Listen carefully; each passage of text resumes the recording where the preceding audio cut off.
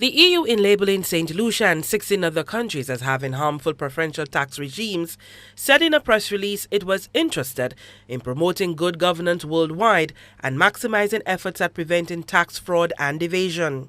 The EU said St. Lucia does not apply the base erosion and profit shifting minimum standards and has not clearly committed to addressing these issues by 31st December 2018.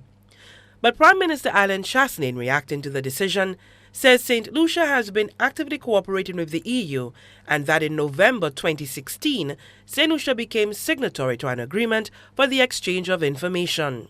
By being put on this list right now, it's about us being able to meet with the EU and the OECD and hopefully finding a way in which we can either agree to abolish some of the tax regimes that we have currently in St. Lucia or to amend them in order to be able to meet what we call their minimum standards. So we are currently waiting for the letter that accompanies being put on this blacklist. And once we get the letter, we will then clearly understand what the timelines that are being set out. So before I say anything other than that, I need to be able to wait for the letter to be able to react. All St. Lucia had to do was to commit to changes by December 2018.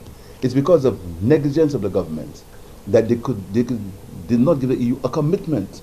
All they had to do was to give the EU a commitment that they would deal with the BEPS. That's what they had to do. They failed in doing that. But the more important question is, what did St. Lucia do?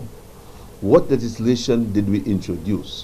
What did the Prime Minister say that caused us to be blacklisted after we had never been blacklisted before? What did he say? What did he do? And why did he not commit to make the changes by December 2018? Pierre reiterates that the government was negligent in not providing the EU with the assurances that there would be reformation of the tax regime in order to meet those standards. He adds that by merely being blacklisted, there can be untold damage to St. Lucia's citizenship by investment program. First of all, if St. Lucia doesn't comply, the EU can stop giving aid.